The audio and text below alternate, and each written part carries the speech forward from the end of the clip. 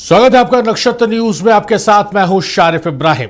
2020 के बाद कोरोना काल के बाद 2026 में 2 दिन में लगातार 2 बार प्रधानमंत्री की अपील से देश में सियासी हलचल मच गई है। प्रधानमंत्री ने लोगों से 1 साल तक सोना खरीदने से बचने, फॉरेन ट्रिप टालने और वर्क फ्रॉम होम अपनाने की अपील की है। सत्ता पक्ष प्रधानमंत्री की अपील को पश्चिम एशिया संकट से अर्थव्यवस्था को हो रहे नुकसान को बचाने की बड़ी पहल के तौर पर देख रहा है, तो विपक्ष की दलील है कि आपातकालीन कदम उठाने की जगह पीएम जनता को ही मुश्किल में डाल रहे हैं।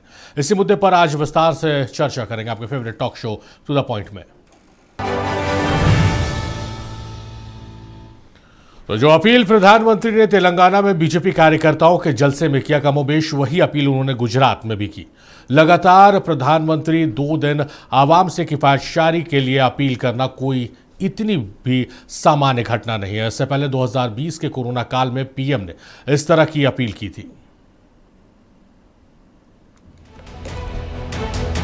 कर्नाटक, तेलंगाना और गुजरात 2 दिन में प्रधानमंत्री मोदी 3 बार आम लोगों से अपील कर चुके हैं। 28 फरवरी से जारी पश्चिम एशिया संकट के लिए पीएम उसी तरह देशवासियों को एकजुट होकर तैयार करने को कह रहे हैं जैसे उन्होंने 2020 में 22 मार्च की शाम 5 बजे स्वास्थ्य कर्मियों का आभार व्यक्त करने के लिए ताली और थाली बजाने का आह्वान किया था। क्या है इस बार प्रधानमंत्री की अपील, ये सुनिए। मेरी देश के हर नागरिक से अपील है, जहां संभव हो पेट्रोल डीजल का उपयोग कम करें, मेट्रो का उपयोग करें, इलेक्ट्रिक बस और पब्लिक ट्रांसपोर्ट का अधिक इस्तेमाल करें। सरकारी और प्राइवेट दोनों ही दफ्तरों में वर्चुअल मीटिंग्स और वर्क फ्रॉम होम को प्राथमिकता दी जाए। मैं कुछ स्कूलों से भी आग्रह करूंगा कि कुछ समय के लिए ऑनलाइन क्लासेज की व्यवस्था पर काम करें। अगर हम थोड़ा संयम बरतें, तेल की खपत कम करें, खाने के तेल की, तो इससे देश और हमारी सेहत दोनों को लाभ होगा। मैं आप सबसे, देशवासियों से आग्रह करूंगा कि जब तक हालात सामान्य न हो, हम सोने की खरीद को टाले, गोल्ड की जरूरत नहीं है। 2 दिन में पीएम की अपील का दायरा भी बढ़ गया है। शुरुआत उन्होंने पेट्रोल डीजल की खपत कम करने और पब्लिक ट्रांसपोर्ट अपनाने से की। अब पीएम की अपील है कि लोग ईवी अपनाएं, कार पुलिंग करें, work from home, virtual meeting को बढ़ावा दें। कोरोना काल की तरह फिर से स्कूलों में ऑनलाइन क्लासेस लिए जाएं। खाने की तेल की खपत कम हो, सोने की खरीद साल भर के लिए टाली जाए, वोकल फॉर लोकल हुआ जाए, स्वदेशी को बढ़ावा दिया जाए, केमिकल फर्टिलाइजर से खेत को बचाया जाए, नेचुरल फार्मिंग की जाए, स्वदेशी खाद को बढ़ावा दे और फॉरेन लोकेशन पर डेस्टिनेशन वेंडिंग में बहुमूल्य विदेशी मुद्रा ना लुटाई जाए।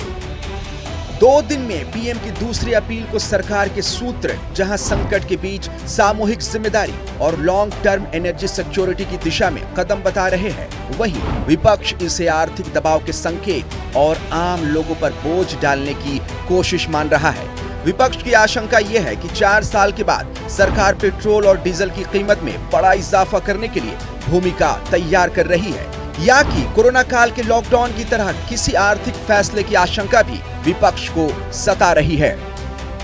कोलकाता में सीआईआई के सालाना जलसे में पेट्रोलियम मंत्री हरदीप पुरी ने कहा कि देश ने आपदा को अवसर में बदला है। एलपीजी प्रोडक्शन, जो ईरान अमेरिका जंग की शुरुआत यानी 28 फरवरी को 35,000 मीट्रिक टन हर रोज था, अब 54,000 मीट्रिक टन हो चुका है। I've given you a somewhat long-winded thing to say what we've done, because you made the mistake of asking me how the last 75 days. Every day I spend an hour and a half with the CMDs of my oil companies in war session. No problem on the supply management side, no shortage of anywhere. And I'm going to conclude this by saying we have 60 days of crude, which is the maximum we need. We have 60 days of LNG and we have 45 days of LPG. So there's no problem on the supply side. Petrol diesel की बचत को लेकर PM के बयान से प्रभावित Madhya Pradesh high court के जज डीडी बंसल 3 किलोमीटर साइकिल चलाकर सिविल लाइन से हाई कोर्ट पहुंचे। इस दौरान कोर्ट का एक कर्मचारी जरूरी सामान लेकर दूसरी साइकिल पर उनके पीछे पीछे चलता रहा। सिक्योरिटी का एक जवान बाइक पर इन सब के पीछे पीछे आया। सबसे आगे कैमरा टीम थी जो जज साहब के हेल्दी वॉक को हर एंगल से शूट कर रही थी। वहीं मध्य प्रदेश पाठ्य पुस्तक निगम के नए अध्यक्ष सौभाग्य सिंह ठाकुर की तस्वीर सामने आई है, जिसमें वे उज्जैन से भोपाल का 191 किलोमीटर का तकरीबन 4 घंटे का सफर 700 गाड़ियों के काफिले में कर रहे हैं। 11 मई को रक्षा मंत्री राजनाथ सिंह की अध्यक्षता में हुई मंत्रियों के समूह की बैठक में सरकार ने कहा कि देश में किसी तरह की कमी नहीं है, लेकिन ये साफ है कि दुनिया में तेल का तीसरा सबसे बड़ा आयातक देश आर्थिक संकट को रोकने की कोशिश कर रहा है और इस वास्ते अब उसके पीएम को आम जनता से अपील करनी पड़ रही है। 1965 में लाल बहादुर शास्त्री के सोमवार शाम उपवास रखने की अपील के बाद किफायत शारी के लिए देश के किसी पीएम की ये पहली अपील है। वहीं विपक्ष का ये सवाल भी अहम है कि जनता को क्या खरीदे और क्या बचाए बताकर सरकार अपनी जिम्मेदारी से मुंह नहीं मोड़ सकती। नक्षत्र न्यूज के लिए रांची से नवीन शर्मा की रिपोर्ट। तो एक तरफ पेट्रोलियम मंत्री कह रहे हैं कि हमारे पास शॉर्टेज नहीं है, पर्याप्त मात्रा में हमारे पास तेल है, हमारे पास गैस है। दूसरी तरफ प्रधानमंत्री ने देश की आवाम से अपील की है कि सोना ना खरीदे, विदेश यात्रा ना करे, वर्क फ्रॉम होम कल्चर को फिर से अपनाए, घरेलू तेल का इस्तेमाल कम करे। तमाम तरह की चीज़ें हैं जो प्रधानमंत्री ने अपील की है। कितना असर हो रहा है इस अपील का वो भी हमने दिखाने की कोशिश की है और क्या जहाँ से संदेश आया है उस इलाके में, उस परिनिधि में एक तरह से कहा जाए तो क्या इस संदेश को अपनाने की कवायद शुरू हो गई है। इन तमाम चीज़ों को हम जानने समझने की कोशिश करेंगे। खास मेहमान हमारे साथ स्टूडियो से जुड़ रहे मेहमानों का तारुफ कराते हैं, उसके बाद फिर चर्चा को हम आगे बढ़ाएंगे और उसके बाद हम उन जानने समझने की कोशिश करेंगे कि पीएम की अपील का कितना असर हो रहा है और विपक्ष की इस मुद्दे पर क्या दलील है, उससे भी हम अपने दर्शकों को रूबरू कराएंगे। तो हमारे साथ मेहमान जुड़ेंगे और मेहमानों से हम सवाल जवाब करेंगे। हमारे साथ मेहमान जुड़ गए हैं, मेहमानों का तारुफ कराते हैं और उसके चर्चा को हम आगे बढ़ाएंगे। हमारे साथ अजय सिंह साहब है, सीपीआई के नेता, बहुत स्वागत है अजय सिंह साहब। जितेंद्र वर्मा साहब है हमारे साथ, बीजेपी के नेता, बहुत स्वागत है जितेंद्र साहब आपका। और आगे भी कुछ और मेहमान हमारे साथ जुड़ेंगे तो चर्चा हम आगे बढ़ाएंगे। हम सबसे पहले जितेंद्र जी का से शुरुआत करते हैं। जितेंद्र जी, किस रूप में देख रहे हैं प्रधानमंत्री ने जो अपील की है, किस रूप में उसको देखा जा रहा है और किस रूप में आप लोग उसका पालन कर रहे हैं? आपको लगता है कि आम जनता भी प्रधानमंत्री की इस अपील से प्रेरित होकर आम जनता भी सहयोग कर रही है? देखिए सारिफ जी, चाहे वैश्विक संकट हो, युद्ध काल हो या फिर विदेशी मुद्रा का दबाव जैसी कोई भी परिस्थिति आती है, वैसी स्थिति में जनता से संयम और सहयोग की अपील कोई नई बात नहीं है। हमारा भारत का इतिहास बताता है कि आज़ादी के पूर्व भी नेताजी सुभाष चंद्र बोस ने देश के लोगों से सर्वोच्च बलिदान मांगा था।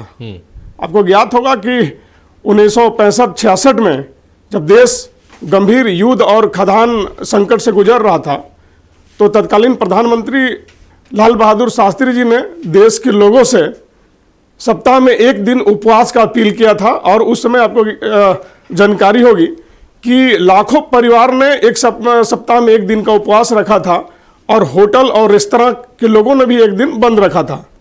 उसी प्रकार 1967 में जब देश गंभीर विदेशी मुद्रा दबाव में था तब तत्कालीन प्रधानमंत्री इंदिरा गांधी जी ने भी अपील की थी और उन्होंने देश की जनता से कहा था कि सोना न खरीदे और गोल्ड कंट्रोल एक्ट तक भी उन्होंने कानून भी बना के लाया था।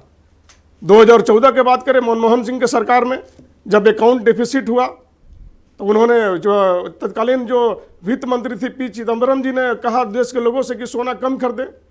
तो जब भी देश संकट काल से गुजरता है या कठिन समय में होता है तो देश के नेतृत्वकर्ताओं ने हमेशा लोग से संयम और सहयोग का अपील किया है।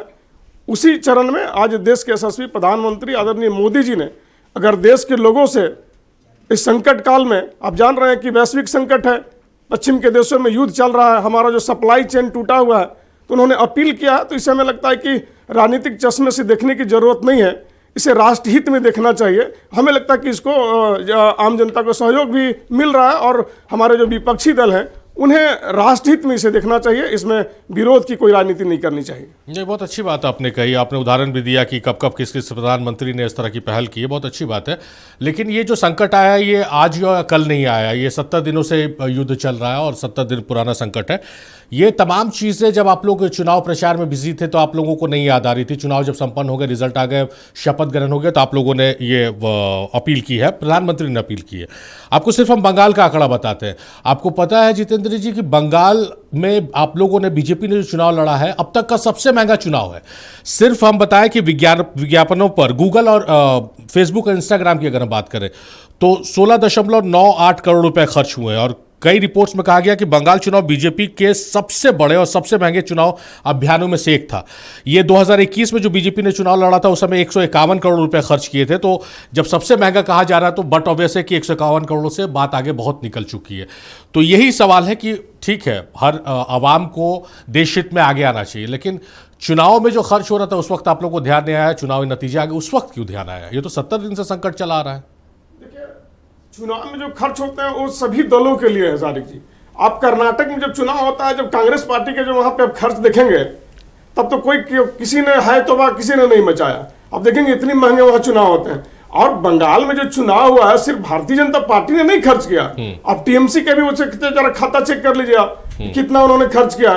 तो चुनाव में खर्च होते हैं। देखिए चुनाव महंगे जरूर हुए, हमें चिंता का विषय है, हमें चिंता करनी चाहिए, लेकिन व्यवस्था ऐसी है सारी पार्टियों को आज सोचने की जरूरत है। सिर्फ भारतीय जनता पार्टी नहीं खर्च कर रही है। अब देखिए साउथ के क्षेत्र में जो चुनाव होते हैं कांग्रेस पार्टी लड़ती है, जाकर पता करिए कितने महंगे चुनाव है, कितना कांग्रेस पार्टी खर्च करते हैं कैसे। तो सिर्फ एक पार्टी पे आरोप लगाने की बात नहीं है, हमें चिंता आरोप नहीं लगा रहे, हम तो आंकड़े पेश कर रहे हैं कि चुनाव में हमारा इन्वेस्टमेंट कम हो, खर्च कम हो। हाँ नहीं, हम तो आंकड़े पेश कर रहे हैं जितेंद्र जी, इसको आरोप के तौर पे मत लीजिए। हम आंकड़े पेश कर रहे हैं कि भाई आपको देश की सियासत आपके हाथों सौंपी गई है तो जनता को उम्मीदें आपसे होगी, टीएमसी कांग्रेस या टीवीके से उम्मीद नहीं होगी, देश आपको संभालना है। और उस दौरान आप आम आवाम से उम्मीद करते हैं कि भाई कम खर्च करें, विदेश यात्रा ना करें, सोना ना खरीदे, और आप खर्च कर रहे हैं। चलिए बहरहाल आगे जब डिबेट में आगे बढ़ेंगे तो इस सवाल को फिर से दोहराएंगे।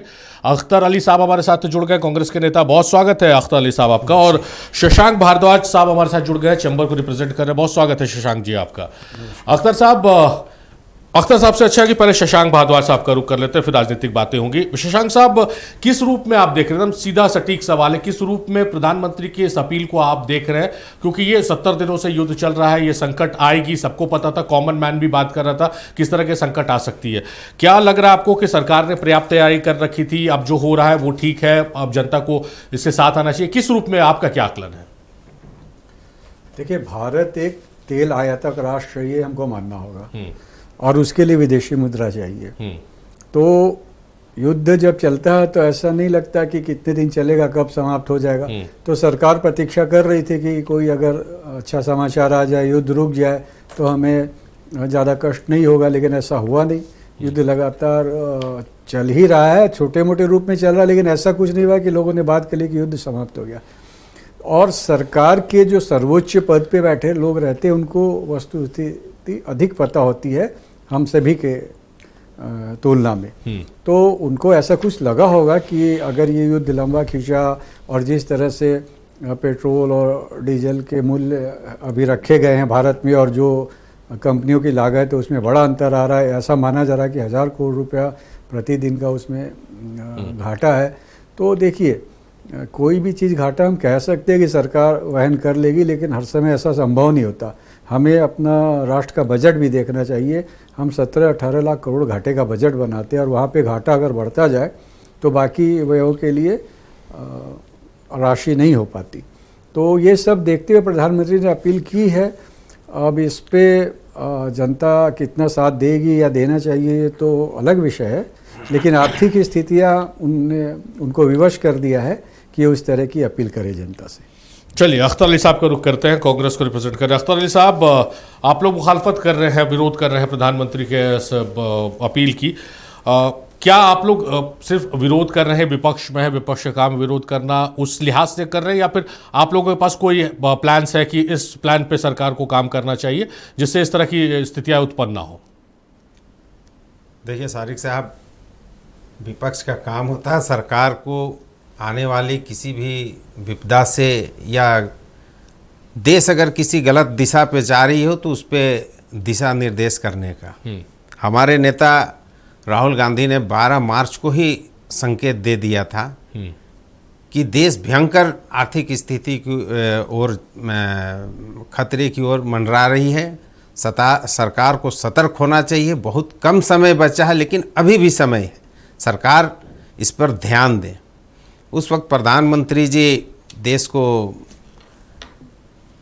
चुनाव की मोड में ले गए थे, उनके लिए तो सब कुछ चुनाव है। अब विपदा हो या महंगाई हो या किसी तरह का भी संकट हो, देश की जनता भुगतेंगे। देश के प्रधानमंत्री सिर्फ चुनाव लड़ेंगे। देश की जनता को विपदाओं से लड़ना है और इनको चुनाव लड़ना है। आज गंभीर स्थिति आ गई है और जो कारण इन्होंने जो बताया है, और ये लोग चले जाते हैं इतिहास में कि उस वक्त ऐसा हुआ था, लाल बहादुर शास्त्री जी ने एक दिन उपवास का कहा था। तो उदाहरण जब दे रहे हैं तो उतारना भी चाहिए। जब लाल बहादुर शास्त्री जी ने आह्वान किया था लोगों से, तो पहले उन्होंने खुद उपवास रखा था, एक दिन पूरे घर वालों को उपवास रखा था, तब देशवासियों को आह्वान किया था। आज प्रधानमंत्री जी देशवासियों को आह्वान करते हैं कि तुम पेट्रोल कम खर्चा करो, उसके बाद में निकल जाते हैं जामनगर में सैकड़ों की तादाद में वाहनों को लेकर के रैली करने के लिए, रोड शो करने के लिए, एक नहीं कई कर रहे हैं।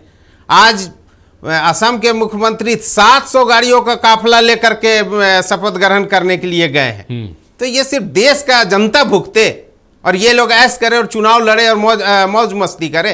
प्रधानमंत्री जी अभी 15 दिन का विदेश यात्रा में जाएंगे और देशवासियों को कह रहे कि तुम विदेशों में घूमने मत जाओ। ये कैसी दोहरी चरित्र है भाई। जब इंदिरा गांधी जी ने पहला अपना सोना देश के लिए दान दिया था, उसके बाद देशवासियों को आह्वान किया था, तो पहले अपने में क्यों नहीं उतारते हैं ये लोग। ये सिर्फ चुनाव लड़ेंगे और चुनाव के मोड में रहेंगे और देशवासी भुगते।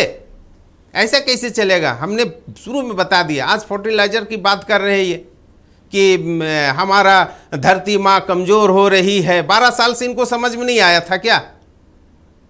आज जब आर्थिक स्थिति इस तरह से, जब आज हम बाप बना चले थे इजराइल को, इसके वजह से हम स्ट्रेटेजिक पार्टनर समझते थे इजराइल को और अमेरिका को, उसके वजह से हमने रसिया से तेल लेना बंद किया। तेल की स्थिति क्यों है इस तरह का।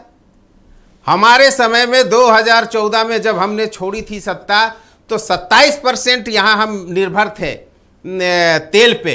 ओएनजीसी 78,000 करोड़ का यहाँ पर पूंजी जमा कर रखा था। आज घाटे में ओएनजीसी 13% मात्र हमारे पास में तेल हम यहाँ पर उत्पादन करते हैं, 87% बाहर से ला रहे हैं। ये स्थिति क्यों आ गई है आज भाई। इस पे देशवासी जानना चाहेंगे या नहीं जानना चाहेंगे। आज सोना कम खरीदो, ठीक है, देशवासी आपके आह्वानों को मानेंगे, लेकिन आप अमल में तो लाइए। बाहर घूमने में क्या खाओ क्या नहीं खाओ। तेल के बारे में, पाम ऑयल के बारे में कि विदेशों से तेल कम मंगाना है, आज समझ में आ रहा है इनको। आज इनकी खूबियां बताने को आ रहा है। इन्होंने तो नीति बनाया था, क्या हुआ उसका। चलिए, तो देखिए सारिक जी, ये देश को भ्रमित हमेशा करते हैं। जब भी विपदा आती है इस देश में, देशवासियों को, जनता को उनके हाल में छोड़ देते हैं। कोरोना के समय ताली थाली बजवाते थे और अभी जब विपदा आ गई है तो तुम्हें ऐसा करना है, लेकिन हमें जो करना है, हमारे नेताओं को जो करना है, हम तो वैसा करेंगे। खुद में क्यों नहीं उतारते हैं। चलिए, ये एक कंसर्न अख्तर अली साहब का जायज़ लग रहा है कि भाई जैसे इंदिरा गांधी का जिक्र किया जितेंद्र वर्मा साहब ने, तो उन्होंने पहले सोना दान किया और उसके बाद फिर देशवासियों से अपील की। तो पहले कहा भी जाता है कि मस्जिद में चिराग जलाने से पहले घर का अंधेरा दूर करो। चलिए एक बार हम अजय सिंह साहब का, जी देखिए, इन्होंने कहा बंगाल चुनाव। अच्छा, उनका जवाब आप दीजिएगा। हाँ, जवाब आप दे दीजिएगा।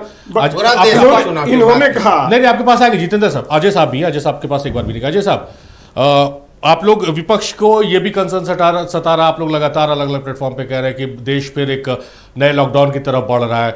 क्या आप लोगों को आशंका इससे हो रही है इस अपील के बाद? देखिए सारी भाई, हमारा भारत लोकतांत्रिक देश है और लोकतांत्रिक देश में प्रधानमंत्री जामनगर में जाके घोषणा कर देते।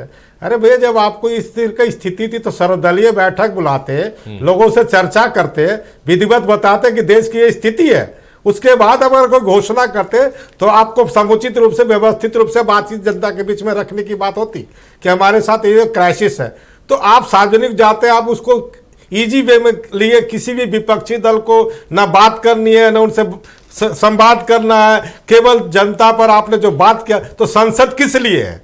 आप प्रधानमंत्री देश के हो तो संसद में अपनी बातों को रख के संसद के विपक्षी दलों को लोगों को बुला के बात कर रखनी चाहिए थी। दूसरी चीज बात करें, उन्होंने जितने भी संकट गए बुलाया या कह रहे जिस संकट आ रहा है, सीधी सी बात है, आपने भी चर्चा किया जब इलेक्शन मोड में दे था तो मैंने आपके चैनल पर एक दिन चर्चा किया था आसाम चुनाव में कि एलपीजी का जो संकट है उस पर क्यों नहीं प्रधानमंत्री बोल रहे हैं।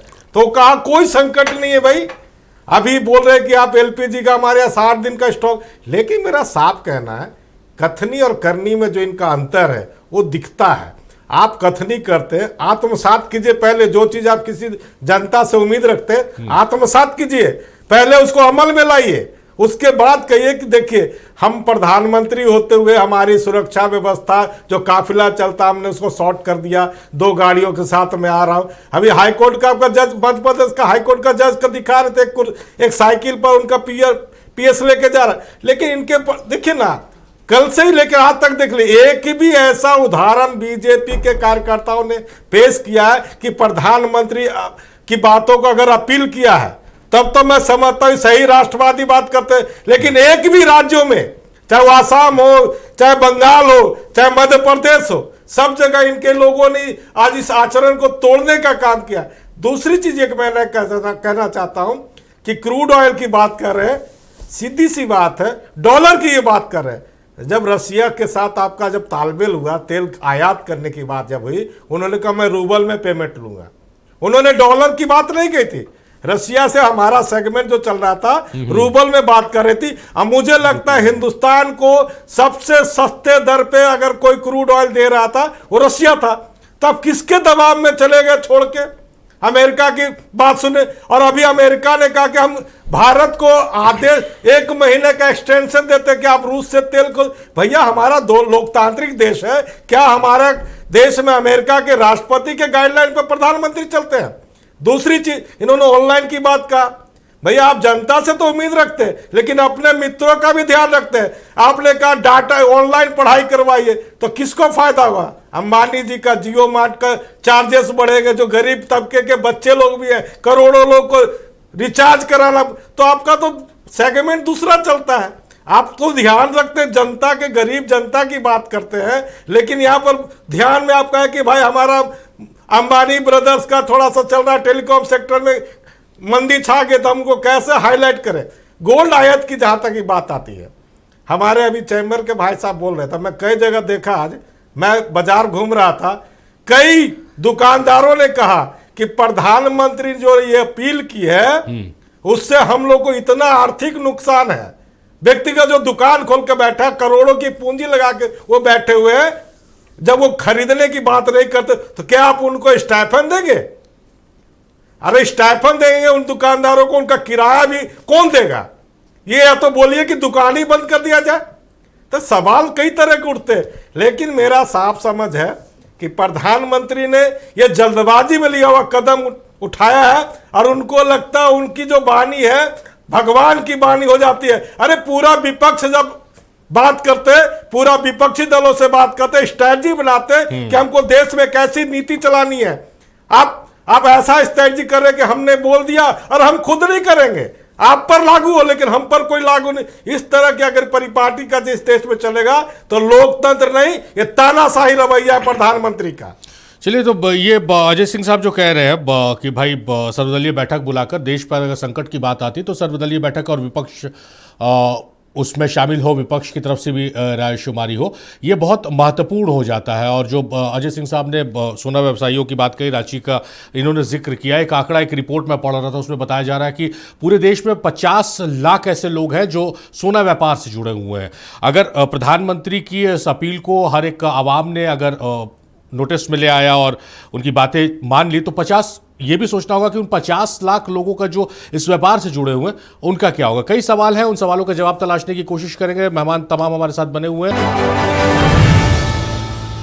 नक्षत्र न्यूज पर हमने पीएम की अपील की रियलिटी चेक की। हमारी तफ्तीश से पता चला कि पीएम की अपील पर अगर हम भारतवासी गंभीरता से अमल करते हैं तो इससे 22 लाख करोड़ से ज्यादा की विदेशी मुद्रा बचाई जा सकती है। ईरान अमेरिका जंग से सारी दुनिया परेशान है, लेकिन इसके असर से बचने के लिए जिस तरह प्रधानमंत्री को 2 दिन में दूसरी बार अपील करनी पड़ी, ऐसे में जरूरी है उनके उठाए मुद्दों का रियलिटी चेक हम आपके सामने रखें। पिछले साल पेट्रोलियम आयात पर भारत का खर्च करीब 10,35,000 करोड़ था। पिछले 2 महीने के युद्ध में क्रूड 50% महंगा हुआ है, लिहाजा इस साल यह खर्च 17 लाख करोड़ तक पहुंचने की आशंका है। इसके लिए हमें विदेशी मुद्रा चाहिए जो हम निर्यात से कमाते हैं। चिंता की बात यह है कि हमारा निर्यात स्थिर है, जबकि महंगे क्रूड की वजह से आयात बिल में तेजी से इजाफा हो रहा है। इस साल जनवरी में हमने सिर्फ 36.54 अरब डॉलर का निर्यात किया, जबकि हमारा आयात 71 बिलियन डॉलर पार कर गया है। ईरान के इजराइल और अमेरिका के साथ जारी युद्ध से हमारा विदेशी मुद्रा भंडार बुरी तरह प्रभावित हुआ है। फॉरेन करेंसी रिजर्व जो पिछले साल 705 अरब डॉलर था, अब घटकर 682 अरब डॉलर पर आ गया है। प्रधानमंत्री सोने की खरीद पर लगाम लगाने के लिए इसलिए कह रहे हैं क्योंकि चीन के बाद भारत दुनिया में सोने का दूसरा सबसे बड़ा खरीदार है।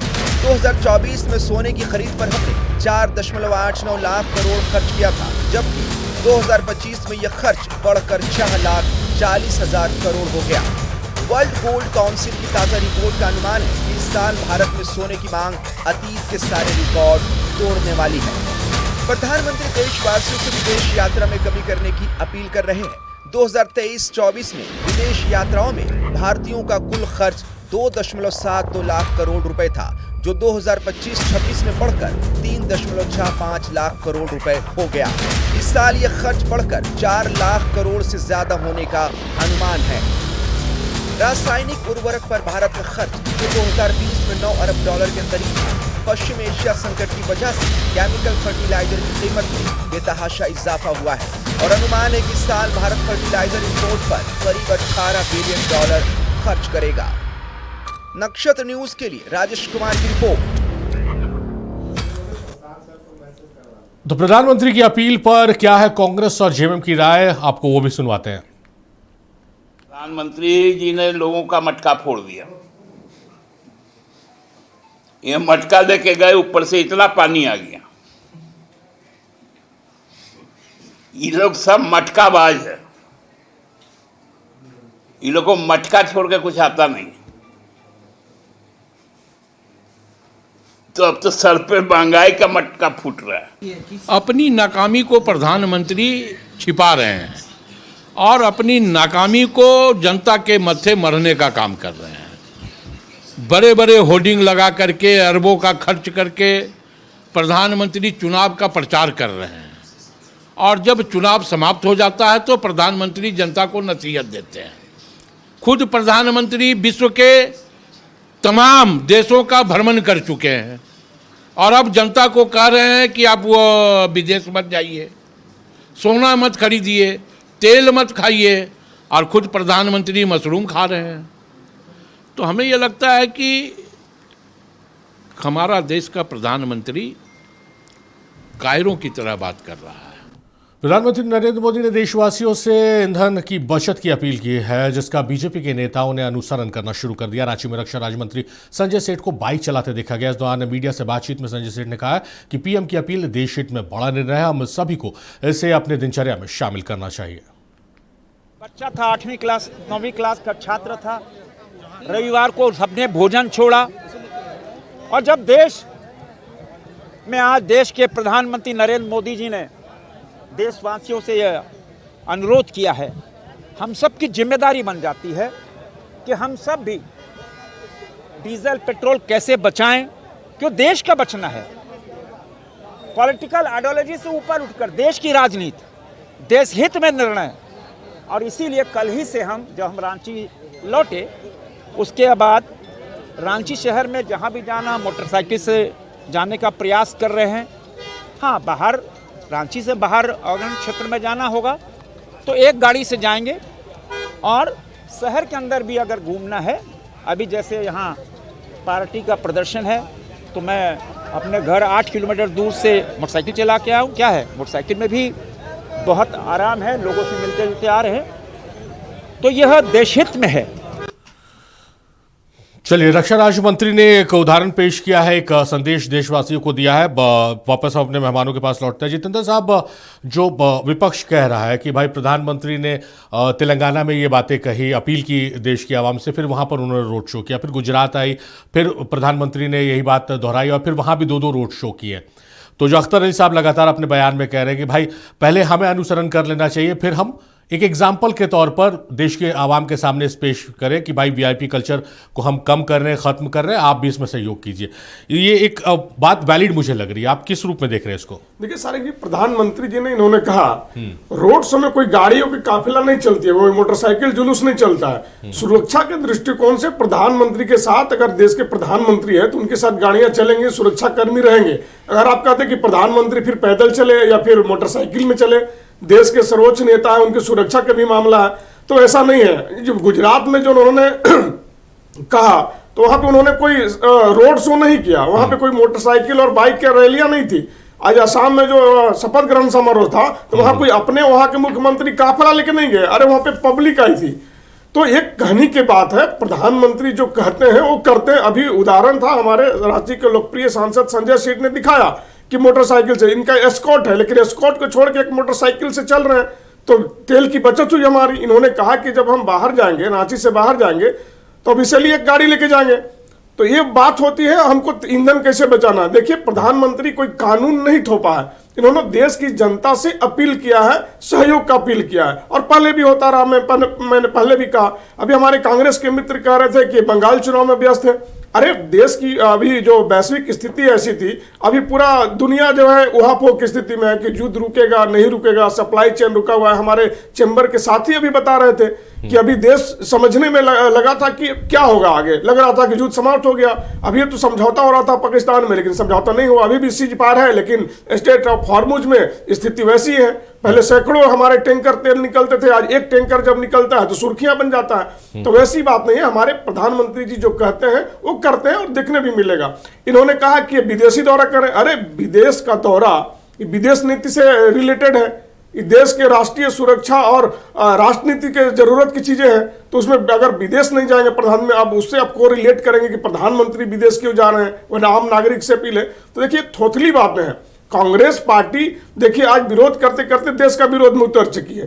प्रधानमंत्री जी जनता से अपील किए हैं और जनता भी इसको मानने के लिए तैयार है। पहले भी कोरोना काल में कई उन्होंने अपील किया था, मास्क लगाना। आजादी के समय में महात्मा गांधी जी ने स्वदेशी अपनाने के बाद। अच्छा, एक चीज बताइए, जैसे अपील किया और बैक टू बैक 2 दिन अपील किया है, तो ये तो नॉर्मल बात नहीं, देश के प्रधानमंत्री हैं, देश की पूरी चिंता है उनको, तो ये नॉर्मल बात नहीं है। तो क्या ये माना जाए कि देश की आवाम को तैयार किया जा रहा है कि आने वाले संकट में आप किस तरह से आपको बिहेव करना है, क्या आपको करना है, क्या नहीं, डू एंड डोंट्स जिसको कहते हैं? देखिए, तैयार करना नहीं, देखिए जब जरूरी नहीं है कि स्थिति ऐसी चलती रहेगी। आज अगर युद्ध रुक जाएगा, हमारा स्टेट ऑफ हॉर्मुज खुल जाएगा, हमारे टैंकरें आने लगेंगी, तो स्थितियां समान हो जाएंगी। तो अभी जब तक ऐसी स्थिति, अभी उहापोह की स्थिति है कि कब तक युद्ध चलेगा, तो ऐसी स्थिति में देश के नागरिक से एक अपील है कि आप स्वयं बरते। अगर जो गोल्ड है, गोल्ड का इन्वेस्टमेंट एक डेड इन्वेस्टमेंट होता है, उससे हमें फायदा नहीं हो रहा, विदेशी मुद्रा का नुकसान हो रहा।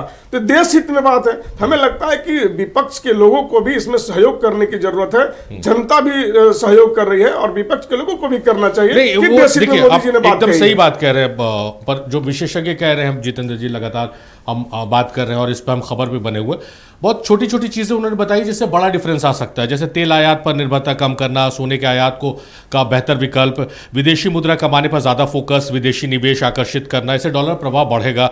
सरकार, और इससे सबसे महत्वपूर्ण बता रहे हैं कि सरकारी खर्च में कटौती का उदाहरण जैसे उन्होंने दिया, सरकारी फिजूल खर्च कम करना, वीआईपी खर्च, गैर जरूरी विदेशी यात्रा, बड़े प्रचार अभियान और जो बड़े बड़े कारकेट चलते हैं। अभी हम अपने दर्शकों को दिखा रहे थे कि 700 गाड़ी के काफिले से भाई अगर बीजेपी के नेता पहुंच रहे हैं, तो प्रधानमंत्री की अपील का कोई फिर औचित्य नहीं रह जाता है।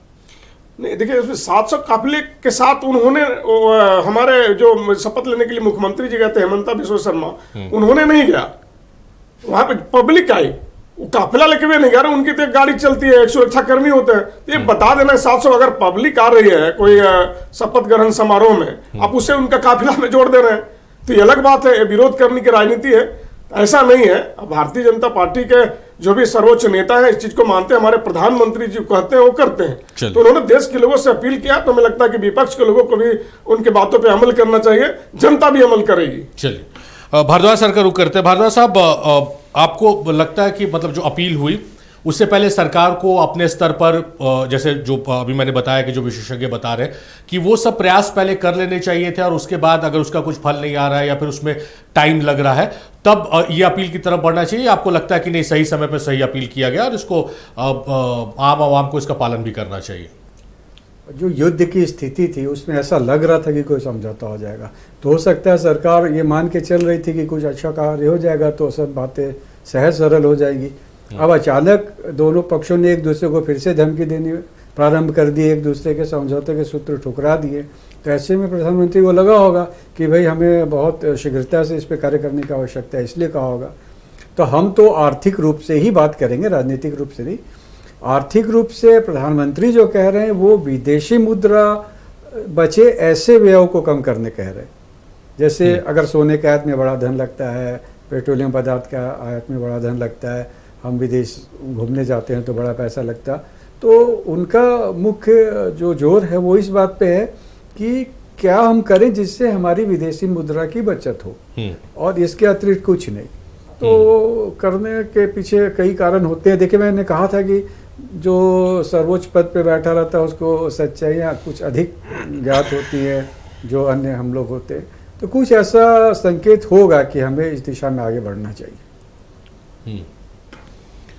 चलिए, ये अख्तर अली साहब, एक ये भी संकट है कि जिस तरह से डॉलर में आग लगी हुई है, डॉलर का जो रेट है आप जान रहे हैं, और जब आपकी सरकार थी जब बढ़ता था तो क्या स्थिति होती थी, कितना विरोध आप लोगों को झेलना पड़ता था। इसके लिए आपको लग रहा है कि सरकार की तरफ से कुछ पहल की जा रही या की जानी चाहिए? एज अ मजबूत विपक्ष आप लोग अगर नहीं, जैसा आपने कहा था कि सर्वसम्मति से कोई फैसला लेना चाहिए तमाम दलों को बैठ के, आप लोग बड़ा दिल दिखाते हुए आगे आकर ये करना चाहिए, डू एंड डोंट्स करेंगे आप? देखिए सारिक साहब,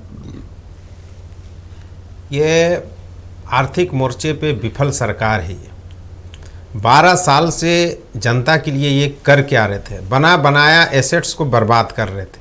मैंने पहले ही बताया आपको, फिर से एक बार बताता हूँ। 1952 में जब ओएनजीसी का गठन, इन्फ्लेशन हमारा देश में नहीं था, तो उस वक्त हम रसिया से तेल खरीदते थे और रुपये में खरीदते थे।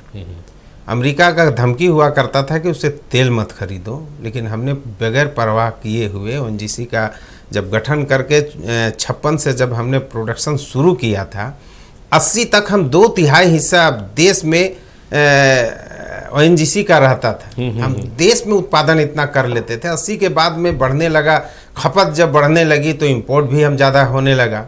और जब हम इनको छोड़ के गए थे उस वक्त 27% देश में उत्पादन होती थी और 73% हम आयात करते थे। मोदी जी ने आकर के क्या कहा 2015 में कि मैं 10% और आयात घटाऊंगा। मतलब कि यहाँ जो उत्पादन है, इन्फ्लुएंस जो है वो हम बढ़ाएंगे। ओएनजीसी का 100 जगह इन्फ्लुएंसेंस था जो अब घट करके देखिए अभी क्या स्थिति है, घाटे में है, बंद के कगार में पहुंचा दिया इन लोगों ने। और अभी आह्वान किए कि 10% आयात कम करेंगे, लेकिन आज 87-88% तक हम आयात कर रहे हैं। ये कैसी स्थिति बना दिया इन लोगों ने? तो इन्होंने बना बनाया जो हमारा था ढांचा, जो हम देश को नवनिर्माण की तरफ कांग्रेस पार्टी ने जितने तरीके से संवारा था, वो उस वक्त का मिसाल देते हैं पंडित लाल बहादुर शास्त्री का समय का, जिस समय हमें फूड्स भी हमें आयात करना पड़ता था। ये स्थिति थी हमारी। फिर इंदिरा गांधी ने जो हरित क्रांति लाया तो हम तो एक्सपोर्टर हो गए अनाजों में। हम किस तरह से इस देश को 500 करोड़ का बजट में हमारे प्रथम प्रधानमंत्री पंडित जवाहरलाल नेहरू ने 190 करोड़ दान दिया था अपना संपत्तियों को बेच करके। हमने इस तरह से निर्माण किया और कितना इंफ्रास्ट्रक्चर तैयार किया इस देश के लिए। तो इस तरह से कुछ मोदी जी किया क्या? अभी मैं जैसे बता रहा हूं, जो ऑयल्स की बात हो रही है कि आप इस पे कम करो, तो सरकार जो खाद तेल पे जो किया है वो क्या था, एडिबल ऑयल। एक कार्यक्रम था ना, सरकार ने national mission on edible oil pump शुरू किया था। उसकी स्थिति क्या हुई? हम 60% आयात कर रहे हैं पाम ऑयल। और अभी जो यूरिया के लिए जो इन्होंने बड़ी बड़ी जो डींगे हाँकी थी कुछ दिन पहले कि नीम कोटेड यूरिया, नैनो यूरिया का प्रचार इतना किया था कि आपने देखा होगा पिछले साल किस तरह से किसान लाठी और डंडे खा रहे थे, यूरिया की कितनी किल्लत थी। क्या हम कुछ कर पा रहे हैं? हकीकत पे जाइए। ये जो आह्वान करते हैं, आज अगर मान लीजिए सारिक जी, मैं एक बात बोलना चाह रहा हूं, अगर ONGC का इन्होंने 10% आयात अगर कम किया होता, हकीकत हम 27% ले गए थे, 37% तक अगर हमारा निर्भरता होती तो क्या आज प्रधानमंत्री जी ये आह्वान करते? नहीं करते। अब विदेश नीति देखिए इतना घटिया आज हमारा हो गया है कि इजराइल और अमेरिका तय कर रहा है कि आपको रसिया से तेल खरीदना है नहीं खरीदना है। जब हम दोबारा खरीदने के लिए गए तो क्या बोला कि अब कोई रियायत तुम्हें नहीं मिलेगा, अब तो ज़्यादा पैसा दे करके तुम्हें खरीदना होगा। हम रुक कर लिए किधर, आपको नहीं, यहाँ अमेरिका से तेल खरीदो, वियतनाम क्या से अमेरिका से तुमको तेल खरीदना होगा। अब आप समझ लो कि हम जो तेल वहाँ से लाएंगे, जो यहाँ 3 दिन में पहुँचता है वो 60 दिन में यहाँ पहुँचेगा, और हार्ड ऑयल होता है जिसे हमें रिफाइन करने में भी कॉस्ट ज़्यादा पड़ता है, ब्रूट ऑयल। तो कहने का मतलब कि हम तो नाच रहे हैं, हमारे प्रधानमंत्री जैसा नचा रहा है अमेरिका वैसा हम नाच दिखा रहे हैं यहाँ पर। अगर हमारी स्ट्रेटेजी मित्र बनाया था अमेरिका को, तो आज हॉर्मुज तो ईरान खोल रहा है भारत के लिए, फिर हमारे टैंकर को क्यों अमेरिका रोक रहा है, आने क्यों नहीं दे रहा है हमें? इतना अच्छा मित्र था, इजराइल को बाप बना के चले आए थे। आज देश जानना चाहती है आपकी नीतियों को, भुगते देश का जनता आपकी गलत नीतियों के वजह से। ये कैसी नीति आप चला रहे हैं देश में? अच्छा, आज स्थिति भयावह बनी हुई है, विदेशों में हमारी भद पीटी जा रही है। यहां पर विदेश मंत्री कहते अमेरिका पाकिस्तान जब मीडिएशन कर रहा था तो हम दलाल नहीं, दलाली नहीं करेंगे, और रक्षा मंत्री जाकर कहते हैं हमें भी मौका मिलेगा, मैं भी कोशिश करूं, मैं मीडिएशन करूंगा। यानी दलाल वो है। चलिए एक बार अपनी बातों को अपने कटाश करते हैं। कब तक हमें इस तरह से इनका भट पिटते हुए देखना पड़ेगा? आप अपनी बात बोलिएगा, आप अपनी बात, सवाल भी ले लीजिए मेरा, आप बोलिएगा, आपको समय देंगे, आप मेरे सवाल भी ले लीजिए, जवाब ले लीजिए। हाँ आप बोल दीजिए। कांग्रेस के मित्र जिन पार्टी ने 70 वर्षों में देश को खंडर में तब्दील कर दिया, देखिए कहां पहुंचाए थे, सो बताइए। लगा दिया, देखिए अरे आप कहां पहुंचा दिए? कांग्रेस वाले लोग 13% पे आपने पहुंचा दिया, बर्बाद कर रहे हैं, खंडर बना दिए। अरे हम तो आंकड़ा दिया, आंकड़ा दीजिए कि हमने खंडर कैसे बनाया है। अख्तर साहब, अरे आप बताइए ना, हमारे खंडर बनाया उस पे, हमने अभी ऑयल पे डिसीजन। अच्छा अख्तर साहब एक बार सुन लेते हैं। नहीं सारी साहब, नहीं सुनिए ना, आप नहीं आप जब आरोप लगा रहे थे तो सुन रहे थे, नहीं सुन रहे थे ना, देखिए वो आंकड़ा ये देवे ना। अच्छा रुकिए उनको बोलने तो दीजिए, आपको बोलने ही नहीं, बोलने दीजिए ना। जब आपने बोला तो वो सुन रहे थे ना। आज ये बता रहे कि भारत का जो विदेश में है, खंडर कौन बना रहा है देश को? पाकिस्तान का चापलूसी करने वाली कांग्रेस पार्टी, अरे चापलूसी तो आप है, बिन बनाए तुष्टीकरण की राजनीति करने वाली पार्टी आज हमें सिखाने चल रहे हैं। ये भारत का विरोध करने में लगी है कांग्रेस पार्टी, इसलिए आज इसकी यह स्थिति है कि पूरे भारत से समाप्त हो जाएगी कांग्रेस पार्टी। हमें भी तेजी बताएंगे। भारत विरोध करते करते कांग्रेस पार्टी समाप्त होने के कगार पे है, दूरबीन से देखने में भी नहीं मिलेगी कांग्रेस पार्टी। आप यही करते रहिए, हम तो मनाते हैं कि आप भारत का विरोध करते रहिए, आप पाकिस्तान का गुण गाते रहिए, भारत से समाप्त हो जाएंगे। कितने राज्यों में बचे हैं आप? राज गिन लीजिए, राज गिन लीजिए, कितने राज्य में बचे हैं गिन लीजिए। यहाँ से भी चले जाएंगे, झारखंड से भी अब जाने वाले। भारतीय जनता पार्टी ने आप ऐसे करते रहिए। और उसके चलिए अख्तर साहब देखिए फिर इस आरोप पे जाइएगा ना, आरोपों में जाइएगा, आरोपों में जाइएगा अख्तर साहब। सुनिए अख्तर साहब सुनिए ना, तीन टर्म से भारतीय जनता पार्टी पर देश की जनता विश्वास कर रही है, तो जितना करना था सारी सब कर लिए। ठीक है, जब बीजेपी को सत्ता से बाहर करेगी ना, तब इसीलिए जनता राहुल गांधी हार का सेंचुरी लगा रहे हैं। अच्छा जितेंद्र साहब एक चीज आ रही है, जितेंद्र साहब हार का सेंचुरी लगा लिए इस बार। अरे बहुमत अच्छा हार का सेंचुरी आपको जोड़ तोड़ से। अख्तर साहब ऐसे डिबेट नहीं होता है, आप अपनी बात रख रहे हैं, दूसरे को डिस्टर्ब कर रही है, तरीका से झारखंड से भी समाप्त हो जाएंगे। नहीं आपने उनको नहीं आप देखिए अख्तर साहब, नहीं अख्तर साहब नहीं जवाब देंगे। आप अपनी बात मुकम्मल कर चुके हैं, आपको डिस्टर्ब इन्होंने बीच में नहीं किया है, वो अकेले रिप्रेजेंट कर रहे हैं सत्ता पक्ष। ऐसे करेंगे फिर हमने बोलना थोड़ा समय लीजिए, थोड़ा पेशेंस रखिए भाई, सुन लीजिए जितेंद्र साहब, बोलिए। देखिए, मैं कह रहा था कि इन्होंने जो बातें कही कि सब सरकार की आज विदेश में क्या स्थिति है। अरे आज भारत का तो डंका बज रहा है विदेश में। आज कोई भी देश, आगे पाकिस्तान थर थर कांप रहा है। अब भी पिछले दिनों जो सिंदूर ऑपरेशन चला उसमें पूरी दुनिया जान रही है कि भारत की क्या शक्ति है। अरे 70 वर्षों में देश को खंडहर भरा के जिन्होंने रख दिया था, आज ओएनसी के गुण गा रहे हैं, राग अलाप रहे हैं। अरे भारत किस स्थिति से, आदरणीय नरेंद्र मोदी जी किस स्थिति से भारत को आगे निकाल के आगे ले जा रहे हैं, किस स्थिति में कांग्रेस के शासनकाल में था, आप ओएनजीसी को रोना रो रहे हैं। तो देखिए, इनको कहने की बातें हैं। कांग्रेस आज भारत विरोध में उतर गई है और भारत के विरोध करते करते पता चलेगा कि आज भारत से समाप्त हो जाएगी कांग्रेस पार्टी। नहीं, ये जितेंद्र जी सरकार का विरोध करना, फिर ये लो आप लोग गलत पार्टी शुरू कर दिए भाई। सरकार का विरोध हो रहा है, देखिए विपक्ष है तो विरोध करेगी, लेकिन आपने कहा ऑपरेशन सिंदूर के बारे में आपने जिक्र किया। उस वक्त आप बीजेपी ने एक बहुत अच्छी पहल की थी भाई सर, जो अजय सिंह साहब कह रहे कि तमाम पार्टियों को बुलाया था। क्या रणनीति देश पर जब संकट आ गया या आने वाला है, तो क्या आपको नहीं लगता है कि तमाम विपक्षी दलों को एकजुट होकर के और एक रायशुमारी से एक निर्णय पाना चाहिए जिससे कहीं से विरोध के स्वर ना फूटे? देखिए सारिक जी, अभी आदरणीय प्रधानमंत्री जी कोई कानून नहीं लेके आया है और ना उन्होंने कानून थोपा है। अभी जनता से एक सहयोग और अपील की बातें उन्होंने कही है। अभी कहां से बात हो गया कि अभी सर्वदलीय बैठक की बात है और संसद में इसकी बैठक होगी और कोई कानून बनेगा या कोई इसकी ऐसी तो स्थिति नहीं है। अभी जो उहापोह की स्थिति है दुनिया में, युद्ध का हालात है, उसमें जनता से संयम बरतने का उन्होंने अपील किया है। कोई कानून उन्होंने नहीं संयम बरतने का। अब इसके बाद विपक्ष जो है से कटौती का अपील की है, पूरी बात कही, संयम बरतने का नहीं, कटौती करने का, कि आप वही संयम है, वही कटौती, कानून नहीं है सारिक जी।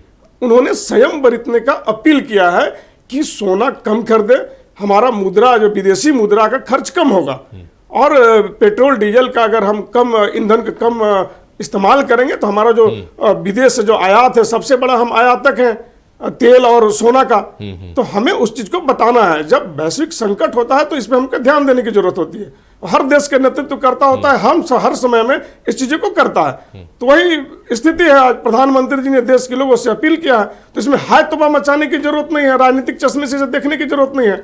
देश हित में उन्होंने कोई अगर बात कही है उसमें सहयोग करिए, आगे साथ में चलिए, इसमें हाय तोबा बचाने की क्या जरूरत है? अजय सिंह साहब, हमारे जितेंद्र भाई बहुत शालीनता से प्रधानमंत्री को डिफेंड कर रहे हैं।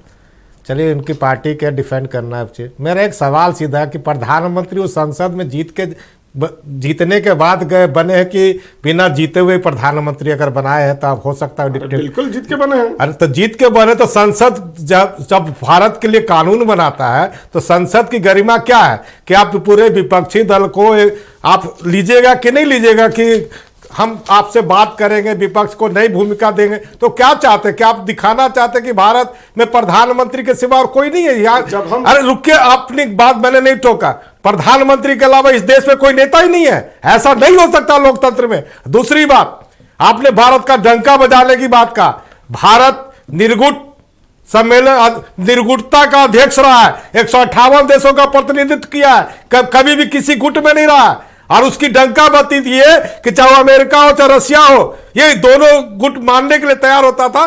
दबाव की राजनीति होती थी, किसी एक पक्ष में नहीं खड़ा होता था हमारा देश का प्रधानमंत्री। हमारी विदेश नीति ऐसी थी कि जब हमारा देश का निर्गुट सम्मेलन का बात रखते थे तो गंभीरता से पूरे 158 देश हमारा समर्थन में खड़े होते थे और पूरे विपक्ष पे पूरी दुनिया में हमारा जो छाप पड़ता था कि भारत निर्गुट है और सभी लोगों को अपील करता था, पूरी दुनिया उस बात को सुनती थी। दूसरी चीज, आपने कई चीजों का कहा, मैं इस बात को जानना चाहता हूं कि क्या आप आपका जब 2014 से पहले प्रधानमंत्री क्या बोलते थे, जब डॉलर रुपये का कदर गिरता है तो हमारा देश का स्वाभिमान गिरता है। आज 72 रुपया से 96 रुपया डॉलर पहुंच गया। एक शब्द प्रधानमंत्री ने बोला, क्यों हमारे रुपये का वैल्यू गिर रहा है?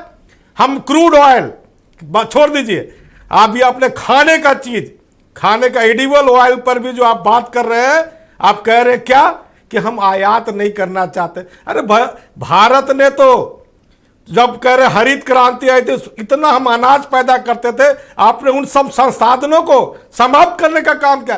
किसान जब एमएसपी की बात करता है तो आप नहीं बात करते, जब किसान खाद की बात करता है तब आप बात नहीं करते, जब किसान अपना अधिकार मांगता है तब आप बात नहीं करते, जब जनता की बात आती है तो आप अपील करते हैं जनता से, लेकिन जब जनता कोई चीज मांगती है उसके लिए आपके पास कुछ कानून नहीं है।